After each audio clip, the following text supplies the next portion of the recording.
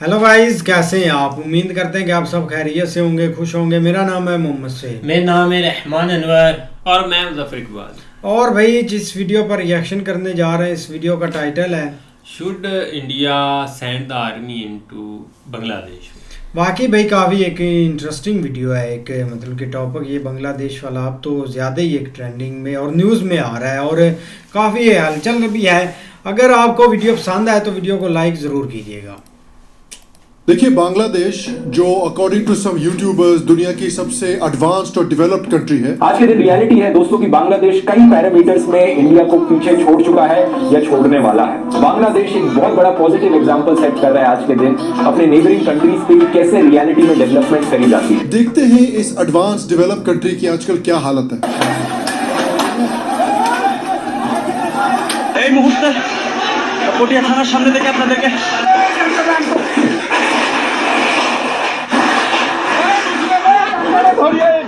5 अगस्त के बाद 7 दिन में 52 जिलों में अल्पसंख्यकों पर हमले की 205 घटनाएं सामने आ चुकी हैं। बांग्लादेश की हिंदू पॉपुलेशन जो आजादी के समय पर अराउंड 30% थी, वो घटकर अब 8% के भी नीचे आ चुकी है, जहां आए दिन हिंदुओं को धमकी और अटैक्स मिल रहे हैं।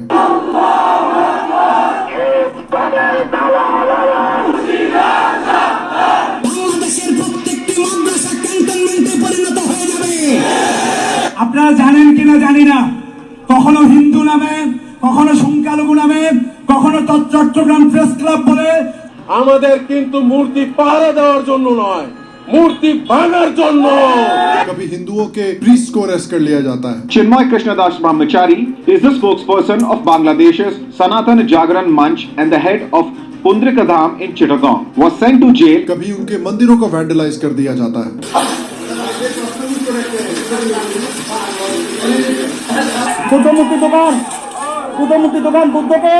यहाँ के लोगों ने एक एक पैसा जोड़कर एक मंदिर बनवाया था, लेकिन 5 अगस्त को उन्मादी कट्टरपंथियों ने एक ही झटके में सब कुछ स्वाहा कर दिया। इतना सब कम था कि अपेरेंटली बांग्लादेशी इंडिया में घुस के इंडिया के मंदिर नहीं बनने दे रहे हैं। Border guard Bangladesh personnel, they tried to halt the ongoing renovation of a temple near the Kushiara River along the Indo-Bangladesh border। Bangladesh के एकेडमिक्स का मानना है कि अगर ट्रेंड ऐसे ही चलता रहा तो बांग्लादेश में 2050 तक एक भी हिंदू नहीं बचेगा। और इसी ट्रेंड को रोकने के लिए आजकल सोशल मीडिया पर कुछ लोग आवाज उठा रहे हैं कि इंडिया को बांग्लादेश में मिलिट्री इंटरवेंशन करना चाहिए।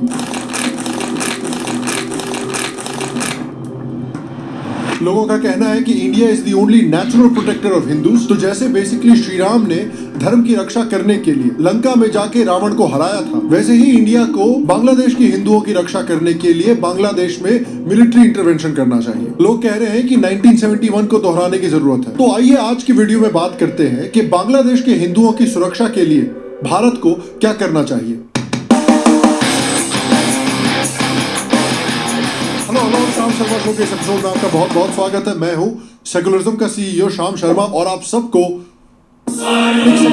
देखिए, आज हम बांग्लादेश को हिंदुओं और दूसरे नॉन मुस्लिम माइनॉरिटीज के लिए एक नरक के रूप में जानते हैं। लेकिन जो बात इस स्टोरी को और भी ज्यादा ट्रैजिक बनाती है वो ये है कि जो एरिया आज बांग्लादेश है वो हिस्टोरिकली ऐसा नहीं था। इनफैक्ट बंगाल का प्राचीन नाम वंग है, जो वंग किंगडम को रेफर करता है। ये किंगडम बंगाल रीजन का ओरिजिन माना जाता है। इस नाम का मेंशन एंशिएंट संस्कृत टेक्स्ट जैसे महाभारत में भी मिलता है। सोचने की बात यह है कि ये रीजन एक समय पर भारतीय और हिंदू धर्म का एक बड़ा थ्राइविंग सेंटर था। यहाँ की फेमस पाल डायनेस्टी, जिसके महान राजा थे गोपाल, महान राजा शशांक, लक्ष्य सेन जैसे हिंदू राजा जिन्होंने इस्लामिक इन्वेडर्स को मुंह तोड़ जवाब दिया था। जिस समय बख्तियार खिलजी का आतंक दिल्ली समेत पूरे भारत में था, उस समय बंगाल के राजा खड़े थे चट्टान बन के बख्तियार खिलजी के सामने। ये राजवंश था बंगाल का सेन राजवंश और राजा थे लक्ष्मण सेन। लेकिन अनफॉर्चुनेटली 12वीं और 13वीं सेंचुरी आते आते बंगाल में भी बाकी नॉर्थ इंडिया की तरह इस्लामिक कॉन्क्वेस्ट शुरू हो गया था। बख्तियार खिलजी जैसे इन्वेडर्स ने कई हिंदू और बुद्धिस्ट मंदिरों को तोड़कर वहां पर इस्लामिक स्ट्रक्चर्स बनाए थे और हिंदुओं को फोर्सफुली कन्वर्ट करना शुरू कर दिया था। इसने नालंदा यूनिवर्सिटी भी तोड़ी थी। धीरे धीरे फिर उसके बाद तुगलक डायनेस्टी, इलियस शाह डायनेस्टी और मुगल डायनेस्टी भी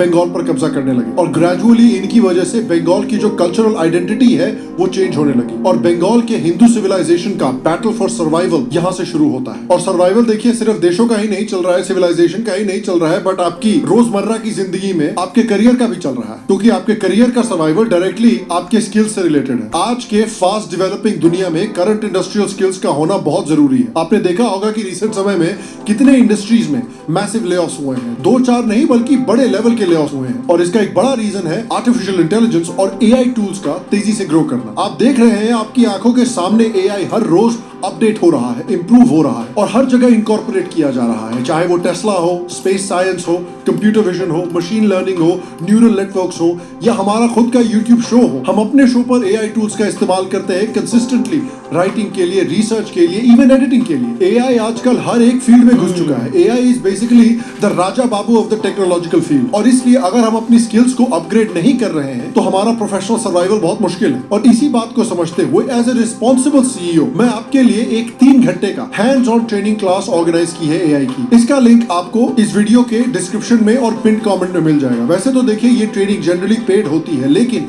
इस साल के एंड में हमने एक स्पेशल ऑफर के अंडर अपने पहले 1500 सब्सक्राइबर्स के लिए बिल्कुल फ्री रखा है इस ट्रेनिंग सेशन को। देखिए आज का जो समय है वो एआई से नाराज होने का नहीं, एआई से डरने का नहीं, बल्कि एआई को एम्ब्रेस करने का है। मैंने अपनी रिसर्च में देखा है कि इस ट्रेनिंग से बहुत सारे पॉजिटिव रिव्यूज आए हैं। लोगों को इससे प्रोफेशनली काफी हेल्प मिली है, चाहे जॉब हंटिंग स्किल्स हो, रेज्यूमे और ईमेल राइटिंग स्किल्स हो, कॉम्प्लेक्स डेटा को एक्सेल शीट में कैसे सॉल्व करें उसके स्किल्स हो, प्रेजेंटेशन के स्किल्स हो या फिर आपकी पर्सनल ब्रांडिंग के ही स्किल्स क्यों ना हो। इन सारी चीजों को आप इस ट्रेनिंग से इंप्रूव कर सकते हैं और इससे आप अपनी अर्निंग पोटेंशियल को इंप्रूव कर सकते हैं। साथ ही साथ आपको बेहतर जॉब सिक्योरिटी भी मिल सकती है। देखिए मैंने इस ट्रेनिंग को अटेंड किया है अपने शो को इंप्रूव करने के लिए। मैं इस ट्रेनिंग को 5 आउट ऑफ 5 की रेटिंग दूंगा और मेरे जैसे ही 10 लाख से ज्यादा लोग इस ट्रेनिंग को अटेंड कर चुके हैं। तो अगेन ये वीडियो खत्म होते ही नीचे डिस्क्रिप्शन में दिए लिंक पर क्लिक करें या पिन कमेंट में दिए लिंक पर क्लिक करें और अपना फ्री स्लॉट जल्दी ही बुक करें। और इस ट्रेनिंग ग्रुप के व्हाट्सएप ग्रुप को भी जरूर ज्वाइन करें ताकि आपको ट्रेनिंग और फ्री बोनसेस के बारे में टाइमली नोटिफिकेशंस भी मिल सके। तो देखिए इस्लामिक राज के बाद बंगाल में आता है ब्रिटिश राज। जब ब्रिटिश राज बंगाल में इनिशियली आया तो हिंदुओं को एक होप नजर आया, क्योंकि इंग्लिश मॉडर्न एजुकेशन के बाद बंगाली हिंदू सोसाइटी में एक मिनी रेनेसांस शुरू होता है, जिसमें राजा राम मोहन रॉय, रविंद्रनाथ टैगोर और इंपॉर्टेंट कल्चरल फिगर्स जैसे स्वामी विवेकानंद, रामकृष्ण परमहंस और श्री अरविंदो जैसे थिंकर्स ने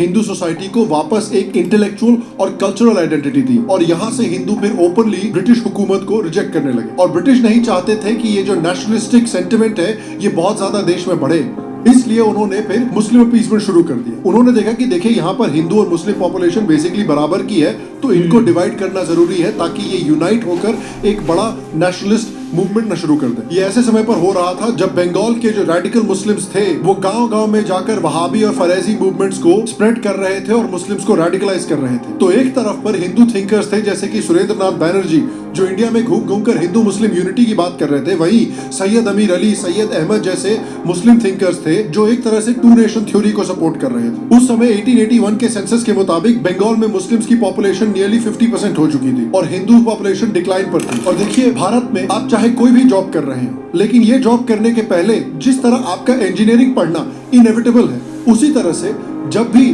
भारत के किसी भी कोने में मुस्लिम पॉपुलेशन एक लिमिट के ऊपर चली जाती है तो वहां पर सेपरेटिज्म का पैदा होना इनएविटेबल है। तो ये सेपरेटिज्म बंगाल में भी पैदा होता है, जिसके बाद ब्रिटिशर्स ने 1905 में बंगाल का पार्टीशन कम्युनल बेसिस पर कर दी, जिसके बाद बंगाल में हिंदू मुस्लिम डिवाइड बढ़ता ही चला गया और अल्टीमेटली 1940 में मुस्लिम लीग ने ऑफिशियली लाहौर सेशन में पाकिस्तान और ईस्ट पाकिस्तान की डिमांड की। और इस डिमांड को मनवाने के लिए हिंदुओं के खिलाफ मुस्लिम लीग ने एक ऑर्केस्ट्रेटेड जेनोसाइड शुरू किया, जिसका एक बड़ा एग्जांपल था direct action day. Direct Action Day or Great Kolkata Killings, which was announced by Muhammad Ali Jinnah, in which more than 6,000 Hindus were massacred, thousands of women were raped and many Hindus were forcefully converted. इसके बाद 1946 में Noakhali rights होते हैं, जिसके दौरान हिंदुओं के खिलाफ सिस्टमैटिक वायलेंस की जाती है, हजारों लोगों को मारा जाता है, हजारों लोगों को कन्वर्ट किया जाता है। और जब हिंदुओं ने महात्मा गांधी से मदद मांगी तो उन्होंने वही जवाब दिया जो कांग्रेस ने केजरीवाल जी को जवाब दिया था जब केजरीवाल कोalition की बात कर रहे थे दिल्ली इलेक्शन में। उन्होंने लगभग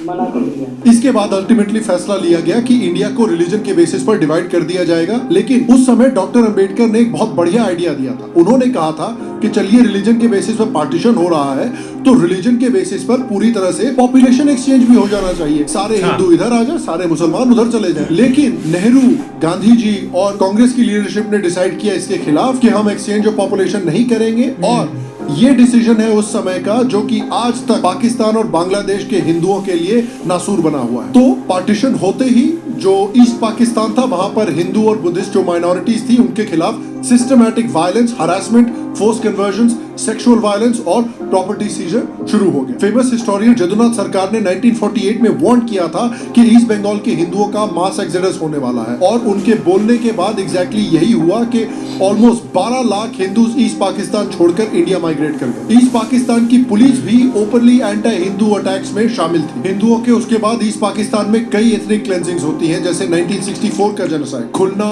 ढाका, राजशाही, सिलहट, इन सब जगहों पर मास लेवल पर हिंदुओं की किलिंग्स होती है। बांग्लादेशी स्कॉलर अबुल बरकर के हिसाब से 1965 के इंडो पाक वॉर के बाद आर्मी डिक्टेटर को 24 घंटे भी नहीं लगे ईस्ट पाकिस्तानी हिंदुओं को देश का दुश्मन डिक्लेयर कर देने में, जिसके बाद पाकिस्तान गवर्नमेंट ने एनिमी प्रॉपर्टी एक्ट को इंप्लीमेंट किया, जिसमें कई हिंदुओं के प्रॉपर्टीज को स्टेट एनिमीज का लेबल देकर सीज कर लिया गया। Around 2.6 million acres of Hindu land seize किया गया और 6 मिलियन हिंदुओं को प्रॉपर्टी लॉस फेस करना पड़ा। इस लॉ के अंडर रेवोल्यूशनरी सूर्य सेन और इवन अमर्त्य सेन की एंसेस्ट्रल प्रॉपर्टी सीज कर ली गई। और 1970 आते आते बांग्लादेश में भी पाकिस्तान के इकोनॉमिक नेग्लिजेंस और पॉलिटिकल दादागिरी के कारण ईस्ट पाकिस्तान में पाकिस्तान से अलग होने की मांग उठने लगी, जिसके कारण पाकिस्तान ने बांग्लादेश में क्रैकडाउन करना शुरू किया जब पाकिस्तानी आर्मी ने ऑपरेशन सर्चलाइट स्टार्ट किया। और इस ऑपरेशन का भी main target Bengali Hindu intellectuals थे। माना जाता है कि 3 मिलियन हिंदुओं का मास मर्डर किया गया और 4 लाख औरतों का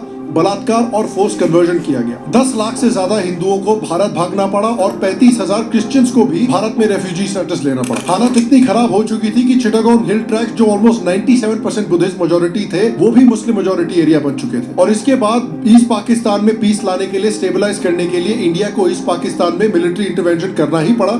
India prime minister Indira Gandhi की लीडरशिप में मुक्ति वाहिनी को मिलिट्री और डिप्लोमेटिक सपोर्ट देने लगा। इस दौरान सोवियत यूनियन से भी डिप्लोमेटिक बैकिंग ली गई इंटरवेंशन के लिए। और फिर 1971 में पाकिस्तान के अटैक के बाद इंडियन फोर्सेस ने मुक्ति वाहिनी के साथ मिलकर पाकिस्तान के खिलाफ एक जॉइंट ऑपरेशन चलाया और दिसंबर 16, 1971 में पाकिस्तानी आर्मी ने ढाका में इंडियन आर्मी के सामने सरेंडर किया और हमें ये इमॉर्टल मीम मिला और बांग्लादेश को पाकिस्तान से इंडिपेंडेंस मिली। बांग्लादेश के लिबरेशन के बाद एक छोटी सी आशा की किरण आई थी जब मुजीबुर रहमान, जो एक बड़े सोशल रिफॉर्मर थे बांग्लादेश के, उनको बांग्लादेश की लीडरशिप मिली। उन्होंने कहा कि वो बांग्लादेश में सेक्युलरिज्म की पॉलिसी को प्रेफरेंस देंगे और बांग्लादेश को रिफॉर्म करना चाहते हैं, जो कुछ हद तक थोड़ा थोड़ा शुरू होना हुआ था। लेकिन अनफॉर्चुनेटली 1975 आते आते शेख मुजीबुर रहमान को असैसिनेट कर दिया जाता है आर्मी के द्वारा। एक मिलिट्री कू किया जाता है बांग्लादेश में और बांग्लादेश का इस्लामाइजेशन वापस शुरू होता है। जनरल जिया और जनरल अरशाद के रिजीम्स ने इस्लाम को बांग्लादेश का स्टेट रिलीजन डिक्लेयर कर दिया और वापस माइनॉरिटीज के लिए सिचुएशन बहुत ही खराब हो गई। मिलिट्री कू के बाद जब बांग्लादेश नेशनल पार्टी के टेन्योर में भी हिंदुओं के खिलाफ कंटिन्यूअस अटैक्स होते रहे, जिसमें जमात इस्लामी जैसे बड़े बड़े बांग्लादेशी इस्लामिस्ट ऑर्गेनाइजेशंस भी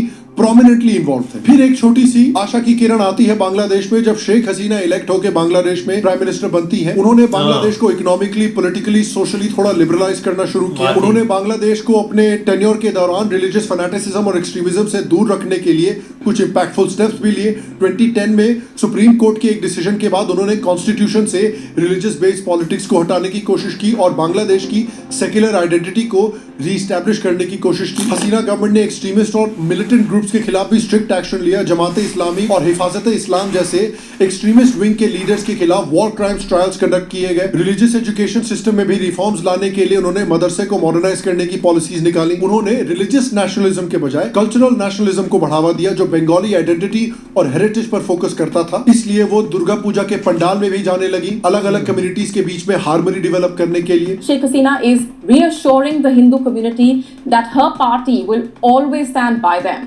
On a visit to a Durga Puja mandap at the Dakeshwari National Temple, the Premier in fact said Hindus in Bangladesh have repeatedly been attacked, but the Awami League has always defended them. Hasina recalled that once upon a time Hindus could not celebrate Durga Puja peacefully, like they do now. Sheikh Hasina India की भी एक बड़ी supporter थी। उन्होंने एक बहुत बड़ा role निभाया था इंडिया को बड़े बड़े इस्लामिस्ट आतंकी और नॉर्थ ईस्ट मिलिटेंट और सेपरेटिस्ट को पकड़ने में, जो बांग्लादेश में जाकर छुप गए थे। उनकी इंडियन लीडर्स के साथ भी अच्छी रिलेशनशिप थी और उन्होंने तो बांग्लादेश की लिबरेशन में जो इंडिया का रोल रहा था उसके लिए भी भारत को धन्यवाद दिया था। उनके लीडरशिप के टाइम बांग्लादेश ने इकोनॉमिकली ग्रो करना भी शुरू किया था और ये बात तो यूट्यूबर्स का फेवरेट टॉपिक बन गई थी। हर जगह दिखाते रहते थे कि भाई बांग्लादेश तो बेसिकली एक फर्स्ट वर्ल्ड कंट्री बन गया है, अमेरिका बन गया है। आज के दिन रियलिटी है दोस्तों कि बांग्लादेश कई पैरामीटर्स में इंडिया को पीछे छोड़ चुका है या छोड़ने वाला है। बांग्लादेश एक बहुत बड़ा पॉजिटिव एग्जांपल सेट कर रहा है आज के दिन अपने नेबरिंग कंट्रीज पे कैसे रियलिटी में डेवलपमेंट करी जाती है। लेकिन जैसे ही लगने लगा कि शायद बांग्लादेश के हिंदुओं के लिए जिंदगी थोड़ी बेहतर होने वाली है शेख हसीना की लीडरशिप में, बांग्लादेश के हिंदुओं के साथ एक और धोखा हो गया। और इस बात ये धोखा उस देश से आया जो इंडिया को स्ट्रेटेजिक एलाई कहता है, और वो देश था अमेरिका। और देखिए, ये जान के शायद आपको सरप्राइज होगा कि शेख हसीना और अमेरिका की जो रिलेशनशिप है वो हमेशा से ही टेंशन फिल्ड रही है। बेसिकली अमेरिका को शेख हसीना से इसलिए प्रॉब्लम थी क्योंकि शेख हसीना ने अपने टेन्योर में फॉरेन पॉलिसी यूएस सेंटर्ड नहीं रखी बल्कि इंडिपेंडेंट रखने की कोशिश की। वो यूएस के साथ भी काम करना चाहती थी, लेकिन वो इंडिया, चाइना और रशिया के साथ भी काम करना चाहती थी। लेकिन यूएस को ये बात पसंद नहीं थी कि भाई हमारी इजाजत के बजाय कोई देश किसी हमारे दुश्मन देश के साथ रिलेशनशिप रख ले। इसीलिए टाइम टू टाइम यूएस ने बांग्लादेश को डेमोक्रेसी और ह्यूमन राइट्स के नाम पर धमकी देने की कोशिश की। चाहे वो दिसंबर 2021 हो जब यूएस ने बांग्लादेश की रैपिड एक्शन बटालियन पे सैंक्शंस लगाए थे, या फिर 2023 हो जब यूएस ने कई बांग्लादेशी ऑफिशियल्स के वीजा पर रिस्ट्रिक्शंस लगा दिए थे। शेख हसीना के मुताबिक यूएसए ने उनसे सेंट मार्टिन आइलैंड को हैंड ओवर करने का डिमांड किया था, जहां पर अमेरिका अपना मिलिट्री बेस बनाना चाहता था ताकि वो बे ऑफ बंगाल को बेहतर कंट्रोल कर सके और इंडियन ओशन में राइजिंग चाइनीज एम्बिशंस को भी कंट्रोल कर सके। हसीना ने कहा कि अगर उन्होंने सेंट मार्टिन आइलैंड को यूएस को दे दिया तो यूएस उनको पावर में रहने देता, लेकिन हसीना ने इस बात से मना कर दिया क्योंकि वो बांग्लादेश की सॉवरेनिटी से कॉम्प्रोमाइज नहीं करना चाहती थी। शेख हसीना ने एक प्रेस कॉन्फ्रेंस के दौरान कहा था कि अगर 2024 के इलेक्शंस के बाद वो वापस पावर में आती हैं तो यूएस अपनी पूरी पावर लगा के उनकी गवर्नमेंट को गिराने की कोशिश करेगा। और फिर हुआ वही। जैसे ही शेख हसीना की गवर्नमेंट वापस बनी, यूएस डीप स्टेट ने शेख हसीना का तख्ता पलट करवाने का प्लान बनाया। ये शुरुआत हुई इस रिजर्वेशन कोटा के खिलाफ प्रोटेस्ट से, जिसको जमात इस्लामी और बांग्लादेश नेशनलिस्ट पार्टी ने अलेजेडली अमेरिकन डीप स्टेट की मदद से हाईजैक कर लिया। इन प्रोटेस्ट में हिंदुओं को ओपनली टारगेट किया गया। हिंदू সন্ত্রাসীদেরকে বলবো এটা গুজরাট নয়, এটা বাংলাদেশ। আমি হিন্দুদেরকে বলবো এটা দিল্লি নয়, এটা বাংলাদেশ। আমি বলবো এটা ইন্ডিয়া নয়, এটা শাহজালালের পুণ্যভূমি বাংলাদেশ। এখানে আপনি আমার ভাইকে মারবেন আর পূজার নামে দেশি অস্ত্র আমাদেরকে দেখাবেন। যদি আমাদের সাথে আপনারা খেলতে চান মাঠে আসেন, আমরা খেলার জন্য और फाइनली अगस्त 5 को मिलिट्री की इंटरवेंशन से एक मिलिट्री कू होता है फिर से बांग्लादेश में और हसीना की गवर्नमेंट को गिरा दिया जाता है। इसके बाद एक प्रो अमेरिकन इंटरिम गवर्नमेंट बनाई जाती है और मोहम्मद यूनुस को पपेट प्राइम मिनिस्टर बना दिया जाता है। और इसके बावजूद कि बांग्लादेश एक तरह से एक एलाई था अमेरिका का, उसके बावजूद एक छोटी सी बात के लिए बांग्लादेश को पूरी तरह से डिस्टेबलाइज कर दिया गया। बेसिकली अमेरिका जियोपॉलिटिक्स का कटप्पा है, अपने ही एलाइज की पीठ में हमेशा छुरा मारता रहता है। इसीलिए किसी ने एक फ्रेज बनाया था अमेरिका के लिए कि being an enemy of America is bad but being a friend of America is much worse. Yunus के टेन्योर में एंटी हिंदू वायलेंस वापस से काफी तेजी से एस्केलेट होने लगता है। बांग्लादेश के मुस्लिम स्कॉलर्स ओपनली हिंदुओं को मारने की धमकियां देते हैं। इस्कन হচ্ছে হিন্দুত্ববাদী উগ্রবাদী এক সংগঠন। সারা বাংলাদেশে ইতিমধ্যে এটা ক্যান্সারের মতো रूप धारण करेছে। और एक बड़ा टर्निंग पॉइंट तब आता है जब पिछले महीने बांग्लादेश पुलिस ने इस्कॉन के पुजारी चिन्मय कृष्णदास को अरेस्ट कर लिया। इनके खिलाफ ढाका में हिंदुओं ने एक बड़ा प्रदर्शन किया। कोलकाता में भी इसको लेकर बड़े बड़े प्रोटेस्ट हुए। तेलंगाना में भी इनके सपोर्ट में प्रोटेस्ट निकाला गया। 68 रिटायर्ड हाई कोर्ट जजेस, IAS, IPS, IFS, IIS state officers और एक सिटिंग MP ने मिलकर प्राइम मिनिस्टर मोदी को एक लेटर भी लिखा इसके बारे में। श्री रविशंकर दास ने इसके खिलाफ आवाज उठाई। It is unbecoming of a Prime Minister of a neighboring country to arrest a spiritual leader. He is not taking weapons, he is not taking guns, he is caring for his people. Global level पे भी इसके खिलाफ आवाज उठाई गई। Finland में, New York में, Canada में ब्रिटिश MP बैरी गार्डनर ने भी इसके खिलाफ आवाज उठाई। On Friday, this came to a head when extremist groups from the Jamaat-e-Islami party attacked 2 Hindu temples in Chittagong and conducted a campaign of orchestrated violence against the Hindu population. और चिन्मय की arrest के पीछे बांग्लादेश की authority ने एक बहुत ही घटिया और बेहुदा रीजन दिया है। उन्होंने कहा कि भाई ये इस्कॉन वाले एंटी नेशनल एक्टिविटी में शामिल हैं और ये बांग्लादेशी फ्लैग का अपमान कर रहे हैं। इवन जो लॉयर चिन्मय दास की तरफ से कोर्ट जाने वाला था उस पर एक मुस्लिम मॉब ने अटैक कर दिया। The Muslim lawyer who was defending Chinmaya Prabhu has been killed in police violence. This happened outside Chattogram court. और फर्स्ट हियरिंग के दौरान बांग्लादेशी लॉयर्स ने कोर्ट के बाहर स्पीचेस दी और धमकी दी बांग्लादेश के सभी लॉयर्स को कि जो भी चिन्मय को रिप्रेजेंट करेगा उसको हम मारेंगे। এই জঙ্গি সংগঠনের নেতা এই চিন্ময় দাসকে सारे एक से बढ़कर পর্যন্ত আর হত্যা মামলা আসামি করা হবে না। আইনজীবীদের আন্দোলন ততদিন পর্যন্ত। बांग्लादेश के हिंदू ऑर्गेनाइजेशंस ने तो ये इल्जाम लगाया है कि 70 हिंदू लॉयर सामने आए थे चिन्मय को सपोर्ट करने के लिए और उन सब पर झूठे मुकदमे दर्ज कर दिए गए हैं। और यहाँ पर आती है एक और बड़ी इंटरेस्टिंग बात, क्योंकि अभी तक तो बात चल रही थी बांग्लादेश के हिंदुओं की। अब बांग्लादेश में कुछ लोग ऐसे हैं जिनकी निगाहें इंडिया पर हैं। बांग्लादेश के कुछ इस्लामिस्ट ग्रुप्स हैं जो ग्रेटर बांग्लादेश के सपने देख रहे हैं। ये क्या है ग्रेटर बांग्लादेश? ग्रेटर बांग्लादेश में इंडियन एरियाज जैसे कि असम, वेस्ट बंगाल, मणिपुर, नागालैंड, त्रिपुरा, मेघालय और मिजोरम को मिलाकर एक ग्रेटर बांग्लादेश बनाया जाएगा। और इस ग्रेटर बांग्लादेश का जो ख्याली पुलाव है, ये पुलाव बांग्लादेश के रिटायर्ड डिफेंस पर्सनल भी पका रहे हैं। धमकियां दे रहे हैं भारत को कि भाई 4 दिनों में कोलकाता और असम कैप्चर कर लिया जाएगा।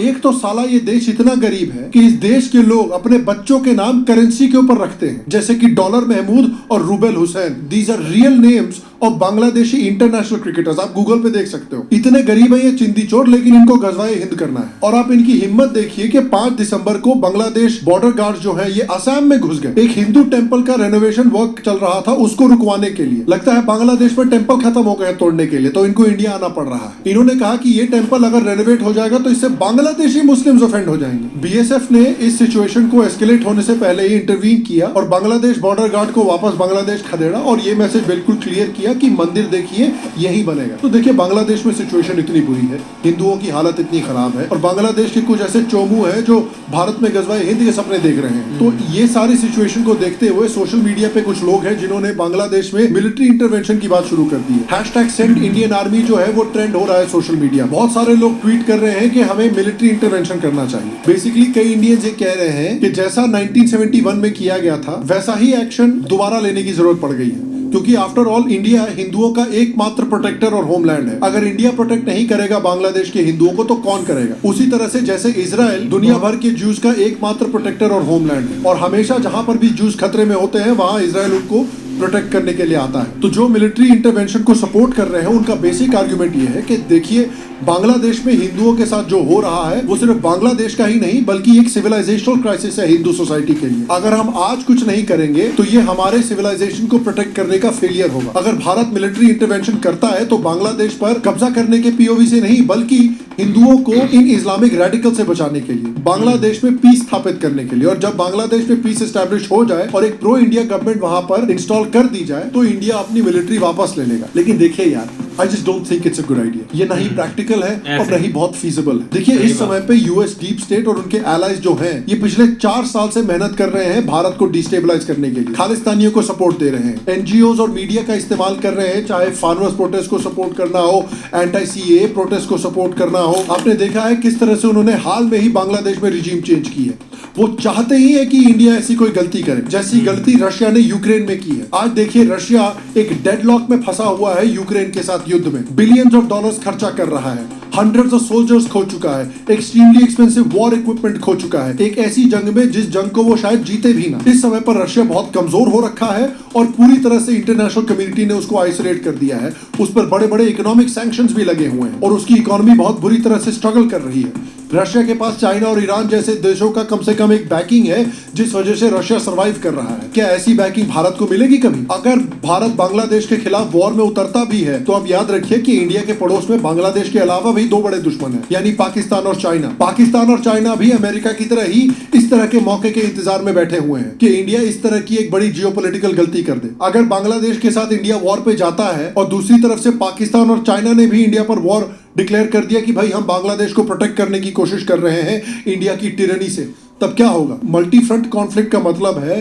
कि हम अपने ही डिफेंस रिसोर्सेज को ओवरस्ट्रेच कर देंगे, जिसमें हमारे ही रिसोर्सेज खर्चा होंगे, हमारा ही नुकसान होगा और इंडिया जैसे देश के लिए एक ये जियोपॉलिटिकल सुसाइड हो सकता है। तीसरा, वॉर का मतलब ये भी हुआ कि इंडिया ने, आप देखिए, पिछले 10 सालों में जो पॉलिटिकल स्टेबिलिटी अचीव की है, जिस वजह से भारत इतना ग्रो कर रहा है, इतना डेवलप कर रहा है और हिंदुत्व इतना सक्सेसफुल हो रहा है पॉलिटिकली और सोशली। अगर एक फुल स्केल इन्वेजन लॉन्च करता है भारत बांग्लादेश के ऊपर, तो वो पॉलिटिकल स्टेबिलिटी खतरे में आ जाएगी और जो रिसोर्सेज आज हम इंफ्रास्ट्रक्चर और इकोनॉमिक डेवलपमेंट के लिए यूज कर रहे हैं, वो सारे वॉर एफर्ट की तरफ चले जाएंगे। इंडिया जैसे कंट्री के लिए, जो पहले से ही इतना पॉलिटिकली अनस्टेबल रहा है, पिछले 10 साल की स्टेबिलिटी एक बहुत ही प्रेशियस कमोडिटी है। हमें ऐसी गलती नहीं करनी चाहिए जिससे ये पॉलिटिकल स्टेबिलिटी खत्म हो जाए। तो इंडिया को क्या करना चाहिए? देखिए, this is not something that people probably want to hear, लेकिन हमें यहाँ पर पेशेंस रखने की जरूरत है। पहली चीज इंडिया कर सकती है इमीडिएटली कि भाई जो सिटीजनशिप अमेंडमेंट एक्ट है उसका कट ऑफ डेट खत्म कर दे।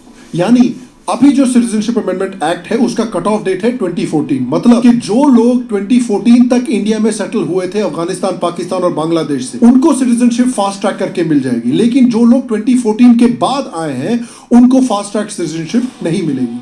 तो जैसा मैंने कहा है कि इंडिया सभी धार्मिक लोगों का नेचुरल होम है, तो क्या ये इंडिया का फर्ज नहीं बनता कि 2014 के कट ऑफ डेट के बाद जो लोग इंडिया आए हैं, जो हिंदू, सिख्स, बुद्धिस्ट और जैन इंडिया आए हैं, उनको भी सीएए के अंदर फास्ट ट्रैक सिटीजनशिप मिल सके? देखिए, अगर आप इस इशू को सीरियसली लेते हैं और सीरियसली हिंदुओं की हेल्प करना चाहते हैं, तो प्राइम मिनिस्टर मोदी को या होम मिनिस्टर को डायरेक्ट एक लेटर लिखिए, ईमेल भेजिए, सिग्नेचर कैंपेन्स ऑर्गेनाइज कीजिए, जिनसे कि आप उनको बोलिए कि इस विंटर सेशन में 2014 का जो कट ऑफ डेट है सिटीजनशिप अमेंडमेंट एक्ट का, उसको हटा दिया जाए, ताकि हम कुछ और हिंदुओं को ऑब्जॉर्व कर सके और उनको एक फास्ट ट्रैक सिटीजनशिप दे सके, ताकि उनको एक सेफ्टी और स्टेबिलिटी की जिंदगी मिल सके भारत में। दूसरा, देखिए, बांग्लादेश की इकोनॉमी इस समय बहुत नाजुक हालात से गुजर रही है। वर्ल्ड बैंक की रिपोर्ट के हिसाब से उनका जीडीपी ग्रोथ रेट अभी सिर्फ 2.6% हो चुका है। इसके अलावा उनके फॉरेन रिजर्व्स भी 2022 में 48 बिलियन से गिरकर 18 बिलियन के आसपास आ चुके हैं। अगर हम इस फ्रैजाइल इकोनॉमी पर कुछ टारगेटेड इकोनॉमिक अटैक्स करते हैं तो ये उनके लिए एक बहुत बड़ा झटका होगा। आप एक्सपोर्ट रिस्ट्रिक्शंस लगा सकते हैं। भारत अभी बांग्लादेश का 3rd लार्जेस्ट ट्रेड पार्टनर है और हम उनका 14 बिलियन का एक्सपोर्ट खरीदते हैं। अगर हम ये इंपोर्ट्स रोक देते हैं तो उनकी गारमेंट इंडस्ट्री, जो वहां की इकोनॉमी का बैकबोन है, वो पूरी कोलैप्स कर सकती है। रीसेंट डेटा के हिसाब से बांग्लादेश अपनी ऑलमोस्ट सारी इलेक्ट्रिसिटी इंडिया से इंपोर्ट करता है।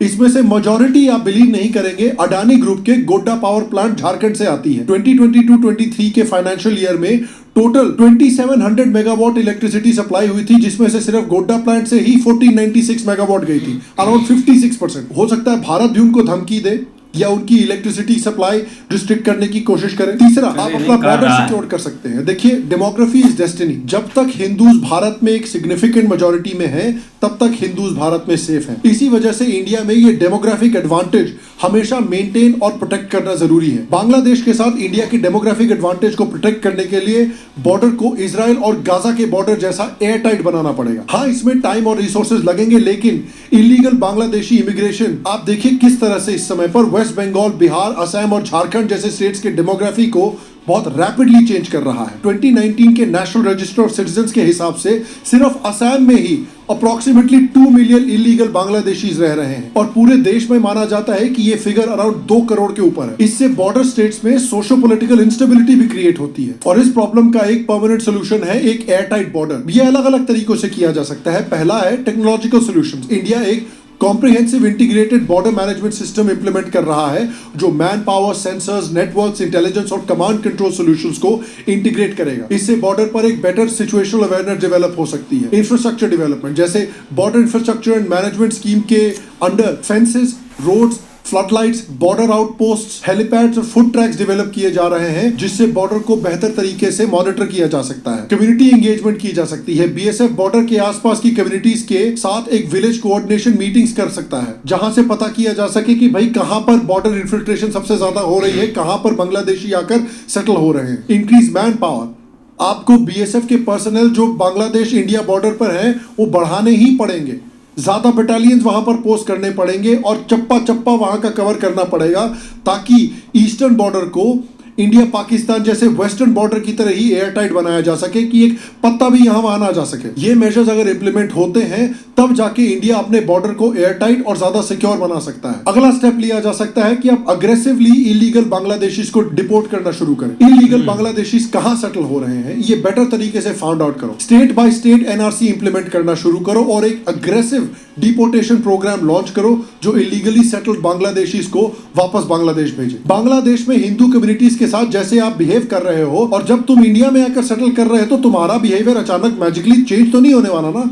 यहाँ के हिंदूज के साथ भी तुम वैसा ही बिहेव करोगे। सेम मेंटालिटी है तुम्हारी यहाँ पर भी। अगर टाइगर श्रॉफ को आप मुंबई से निकाल कर दिल्ली में डाल दो तो वो अचानक नसरुद्दीन शाह वाली एक्टिंग तो नहीं करने लगेगा ना। तो इंडिया को यही करना चाहिए कि आप पॉलिटिकली और इकोनॉमिकली ग्रो करते रहो, बॉर्डर को सिक्योर करो, अपनी डिफेंस कैपेबिलिटीज को और स्ट्रॉन्ग करो, सीए के 2014 कट ऑफ डेट को चेंज करो, एनआरसी को इंप्लीमेंट करना शुरू करो स्टेट बाय स्टेट, खासकर बॉर्डर एरियाज में। बांग्लादेश पर ट्रेड, इकोनॉमिक और इंफ्रास्ट्रक्चर रिस्ट्रिक्शंस लगाओ और थोड़ा सा इंतजार करो क्योंकि इस्लामिस्ट वहां की इकोनॉमी को खुद ही बर्बाद कर देंगे। वेट करो जब तक बांग्लादेश वीक और डेस्परेट ना हो जाए। और ऊपर से देखिए 1 करोड़ से ज्यादा हिंदूज को इंडिया में लेना इकोनॉमिकली और इंफ्रास्ट्रक्चर वाइज भी फीजिबल शायद नहीं होगा, लेकिन जब बांग्लादेश इकोनॉमिकली, सोशली, पॉलिटिकली एक डेस्परेट सिचुएशन में हो तब शायद अच्छा टाइम हो। और तब अगर इंडिया एक स्ट्रॉन्ग इकोनॉमिक, पॉलिटिकल और मिलिट्री पोजीशन में हो तब शायद एक अच्छा टाइम हो कि बांग्लादेशी हिंदुओं के लिए एक सेपरेट होमलैंड कार्व आउट किया जा सके, एक गरीब, डेस्टिट्यूट और डेस्परेट बांग्लादेश के ऊपर प्रेशर डाल के। और अगर सब कुछ सही डायरेक्शन में जाए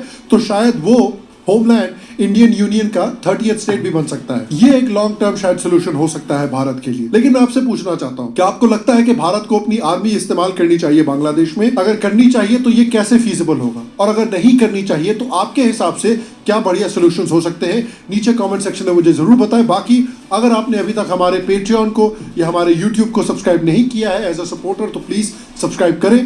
मैं आपसे अगले एपिसोड में मिलूंगा और तब तक स्वस्थ रहें, सुखी रहें। फिर मिलेंगे और आप सबको 1 सेकंड प्रणाम।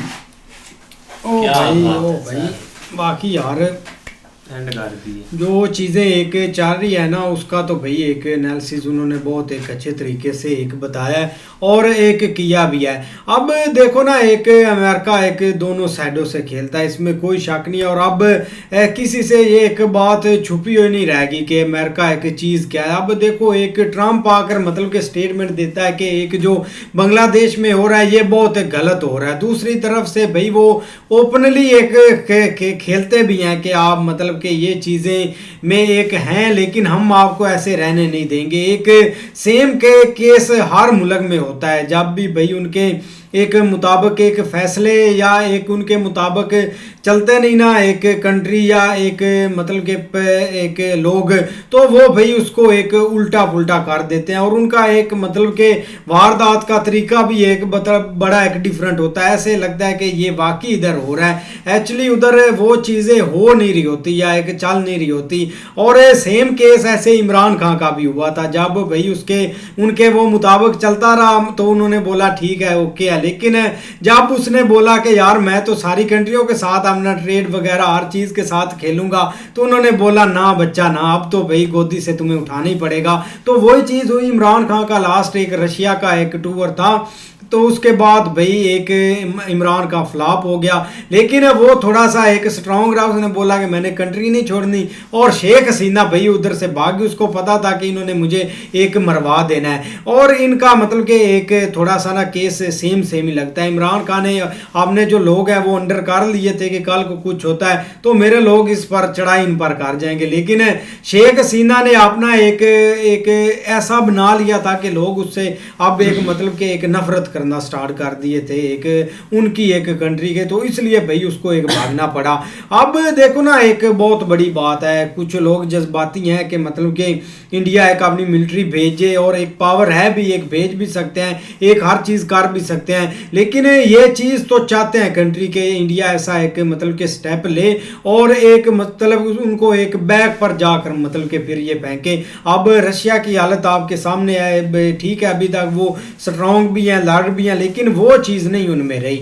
अब देखो आगे नेक्स्ट क्या होता है, लेकिन बांग्लादेश में बहुत सी चीज़ें अब चेंज हो रही हैं और बहुत सी एक नफरत फैल रही है, जो कि एक कंट्री के लिए बहुत नुकसानदेह है। बिल्कुल यार, वहाँ पर अब देखा जाए ना, स्पेशली जो सबसे ज़्यादा होता है ना कि एक लोगों को इकट्ठा करके एक तकरीर की जाती है। एक ये महफिल का नाम तो हम ज़रूर दे देते हैं, उसमें एक इस्लामिक नाते ये सब होती, लेकिन उन्होंने यहाँ पर एक ना बिल्कुल थोड़ा सा उल्टा कर दिया है कि जो भी ये महफिल कर रहा है, जो भी ये तकरीर कर रहा है, उसमें वो सिर्फ़ और सिर्फ उनका एक ही उनको टॉपिक दिया गया है कि जो भी है ना एक हिंदू कम्युनिटी के ख़िलाफ़ किया जाए लोगों को। देखें कि जब एक वहाँ पर बंदा जाकर बोलता है ना और एक थोड़ा सा ऊंची ऊंची बोलता है, तो तब एक जोश भी लोगों के अंदर आता है और उनको एक उकसाता भी है कि ताकि एक ऐसे ये स्टेप लें जिसकी वजह से ना लोग ये गलत स्टेप लें, जाके हिंदुओं से लड़ाई करें, ये उनको एक उकसाया जा रहा है। और स्पेशली देखा जाए तो इंडिया के ख़िलाफ़ काफ़ी ज़्यादा वहाँ जो एक नफ़रत है ना वो क्रिएट कर दी गई है,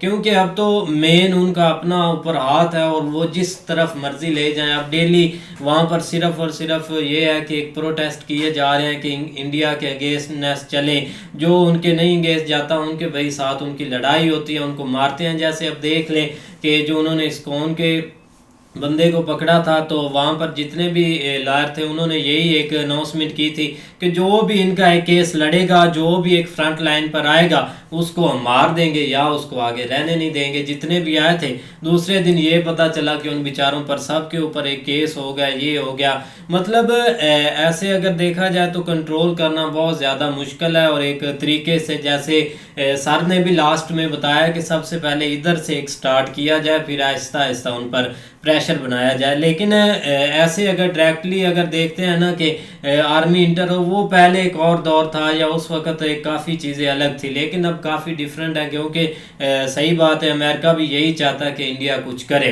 लेकिन देखो अब कोशिश तो है, हो जाएगा कंट्रोल, और कैसे करते हैं ये अब आगे पता चलेगा। नहीं बिल्कुल ऐसे ही है, लेकिन ये कि भाई असल में ना मुद्दा यही है कि जो भी वहाँ से वीडियो आ रही हैं एक हिंदू कम्युनिटी से रेलिवेंट, या वहाँ पे जो गार्ड उनका मतलब एक जो एक मतलब तोड़ा जा रहा है उनको, या जो भी वहाँ पे मूर्तियाँ वगैरह हैं उनके साथ एक जो है ना वो गलत चीज़ें हो रही हैं, तो उसके हवाले से एक रेलिवेंट बंदा जो एक चाहे मजहबी है या चाहे उस एक अपनी कम्युनिटी से रेलिवेंट एहसास रखता है, उसके अंदर एक गुस्सा ज़रूर आता है और उसका यही एक उसके मुंह से निकलता है, या वो यही चाहता है कि फ़ौरन कोई ना कोई ऐसा स्टेप लिया जिस वजह से वहाँ पे जो हमारे लोग हैं उनको निकाला जाए और एक उनका इलाज किया जाए, वो जो वहाँ पे कर रहे हैं ये सब कुछ। तो ये चीज़ें होती है, लेकिन कंट्री वाइज थोड़ा सा मामलात जो है ना वो और तरीके से चलते हैं, और एक जो है ना वो एक सब्र करना पड़ता है एक, क्योंकि जो दुश्मन होता है ना वो एक हर तरह का हरबा इस्तेमाल कर रहा होता है, ताकि एक जिस तरह अब इंडिया एक ग्रोथ के हवाले से या बाकी चीज़ों के हवाले से अब दिन ब दिन ऊपर जा रहा है, तो उस हवाले से एक उनकी कोशिश होती है कि इनको स्टॉप लगाया जाए या इनके अंदर गया एक मामला जो है ना वो खराबी की तरफ लेके जाए, ताकि ये इन चीज़ों में उलझे रहें। लेकिन यहाँ पे एक बहुत ज़्यादा एक जो ज़रूरत है वो एक तहम्मुल से इन चीज़ों को सॉल्व करने की है, और उसका बेहतरीन हाल जिस तरह सर ने भी बताया है कि आप बॉर्डर सिक्योर करें, और ख़ासकर यहाँ से काफ़ी चीज़ों की सप्लाई जो है ना वो एक हो रही है, ख़ासकर इलेक्ट्रिसिटी, वाटर सप्लाई या बहुत सारी और चीज़ें हैं जिनको एक आप स्टेप बाय स्टेप एक बंद करें, ताकि उनको भी इस चीज़ का एहसास हो जाए। वो भूखे मरेंगे तो फिर उनको पता चलेगा कि हमारे साथ क्या हो रहा है। तो ये चीज़ें एक थोड़ा सा ना तरीके से करनी पड़ेगी, और अगर इस तरह का सीन होता है तो आगे जाके ज़रूर बांग्लादेश जो है ना वो इस चीज़ के ऊपर सोचेगा कि हम कहाँ पे खड़े थे और अब हम कहाँ पे, क्योंकि एक टाइम था उसने भाई एक हसीना ने एक जो है ना वो बांग्लादेश का एक नक्शा चेंज किया, उसको एक पॉइंट पे ला के खड़ा किया था, लेकिन ये आपके सामने चंद दिनों में कहाँ से कहाँ तक पहुँच गया है। लेकिन मिलिट्री ऑपरेशन कोई हल अभी के लिए नहीं है, लेकिन उसकी वजह भी यही है कि पहले जो हुआ था उस वक्त भी इनसाइड एक सपोर्ट थी या एक वो सारी चीज़ें थी एक, लेकिन अब थोड़ा सा सीन डिफरेंट है और वो कोई किसी मसले का हल भी नहीं है। लेकिन बाकी यार काफ़ी एक अच्छी वीडियो थी। अगर आपको वीडियो पसंद आए तो वीडियो को लाइक और चैनल को सब्सक्राइब ज़रूर कीजिएगा। तब तक के लिए गुड बाय, टेक।